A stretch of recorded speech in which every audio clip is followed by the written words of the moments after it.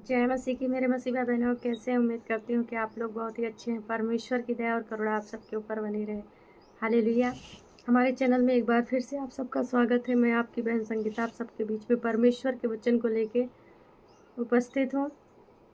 तो आज का हमारा टॉपिक है उपवास क्यों रखा जाता है। आज मैं जो उपवास रखते हैं उसके विषय में बात करने वाली हूँ इस वीडियो के माध्यम से।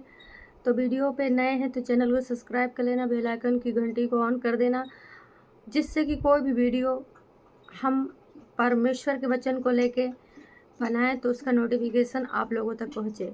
हालेलुया।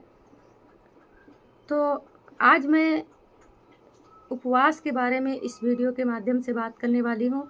तो वीडियो को एंड तक देखिएगा, वीडियो को भगाइएगा बिल्कुल भी नहीं। जानकारी चाहिए तो कि हम उपवास यीशु मसीह का क्यों रखते हैं। हालेलुया। तो चलिए स्टार्ट करते हैं। उससे पहले वचन पढ़ते हैं।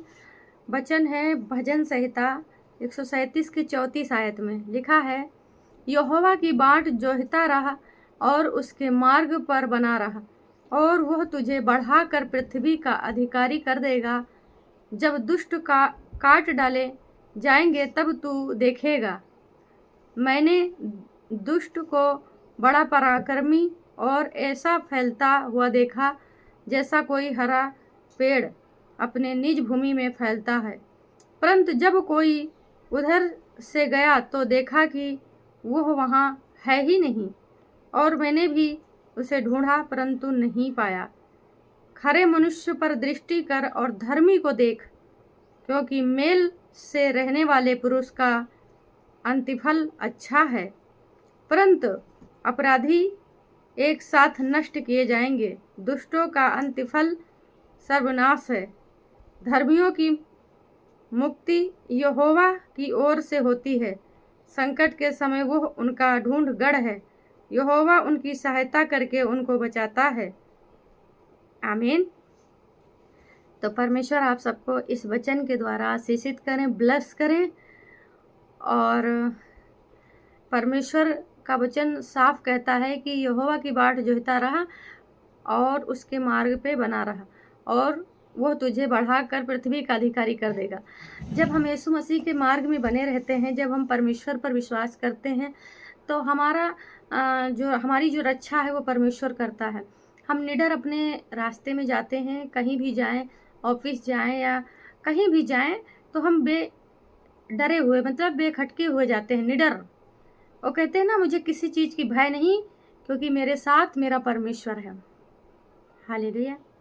तो हम कहीं भी जाते हैं तो बिना निडर जाते हैं, क्योंकि हम धर्मी हैं और परमेश्वर धर्मी जन की प्रार्थना को सुनता है। हालेलुया। उसी की प्रार्थना जो धर्मी है। हालेलुया।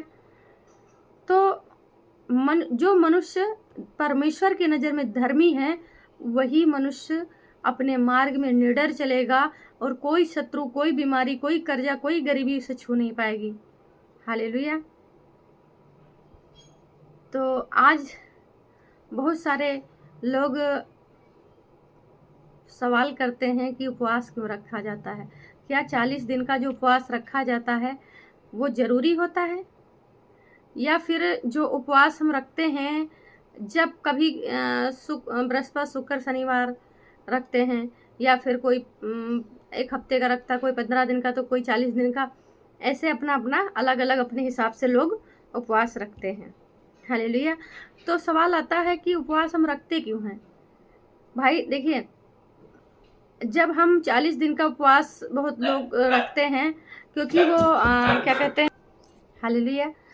तो जो लोग 40 दिन का उपवास रखते हैं, बहुत सारे लोग सोचते हैं कि हम पूरे 40 दिन का ही उपवास रखें तब हमको आशीष मिलेगी। बहुत सारे लोग सोचते हैं कि भाई ये जो 40 दिन का उपवास चलता है ये ज़रूरी होता है।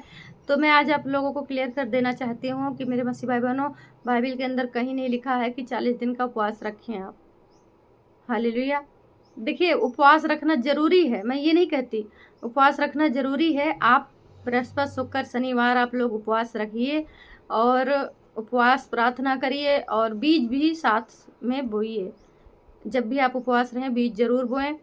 और उपवास रखना ज़रूरी है। लेकिन ये जो बहुत सारे लोग सोचते हैं कि 40 दिन का उपवास चल रहा है तो हम पूरे 40 दिन रखें, ऐसा रखना ज़रूरी है। तो कोई ऐसी ख़ास बात नहीं है कि आप मतलब आप बीमार हैं या किसी चीज़ से शारीरिक तौर पे आप बीमार हैं या परेशान हैं तो आपको ज़रूरी ही रखना है। आप रख सकते हैं, आप 40 दिन का रख सकते हैं, 15 दिन का रख सकते हैं, 1 हफ्ते का, 3 दिन का, आपकी इच्छा। लेकिन ये नहीं कि मतलब आप शरीर से परेशान हैं और उसके बाद फिर आपको 40 दिन रखने ही रखने हैं, ऐसा कुछ नहीं है। हालेलुया। लेकिन उपवास रखने से आपके ऊपर से हर श्राप बंधन टूटते हैं जब आप उपवास प्रार्थना करते हैं और अपनी प्रेयर में घोषणा करते हैं वचनों को लेके। हालेलुया। तो उपवास रखिए बृहस्पति, शुक्र, शनिवार 3 दिन का फास्टिंग करिए और साथ में परमेश्वर के वचनों को लेके घोषणा करिए और बीज बोइए। फिर आप अपने कामों को देखिए, आप अपने कामों को खुलता हुआ अपने जीवन में देखेंगे यीशु मसीह के नाम में। हालेलुया। जो सालों साल आपकी आशीषें शैतान ने बांध रखी है वो आप उपवास प्रार्थना 3 दिन का सिर्फ करिए। मैं बहुत ज़्यादा लंबा चौड़ा या बहुत बड़ा दिन हफ्ते 10 दिन का या 15 दिन का या महीने भर का नहीं कह रही हूँ, लेकिन हाँ उपवास रखना है तो आप 3 दिन का रखिए। बृहस्पति, शुक्र, शनिवार आप रखिए जो है फास्टिंग, और उसके बाद अपने प्रेयर में वचनों को उठा के घोषणा करिए और बीज बोइए। फिर आप देखिएगा कि आपके जीवन में कितना बड़ा मिराकल होता है यीशु के नाम में। हालेलुया। उपवास रखने से हम शैतान से हमारा परमेश्वर हमें बचाता है। उपवास रखने से बहुत सारे फायदे हैं। हालेलुया। तो हम जब उपवास रहते हैं तो हमारी जो आत्मा होती है वो परमात्मा से जुड़ी होती है, परमेश्वर से जुड़ी होती है। उस समय जब हम उपवास में रहते हैं तो हमारी आत्मा जो होती है वो परमेश्वर से जुड़ी होती है और उस समय हम ना अपने मुंह से गाली निकाल सकते हैं, अपने मुंह से कोई गलत शब्द बोल ही नहीं सकते हैं। जब भी हम उपवास रहें, एक दिन पहले अपने घर में बता दें कि भाई हम उपवास रहेंगे, कल हमें कोई डिस्टर्ब नहीं करेगा।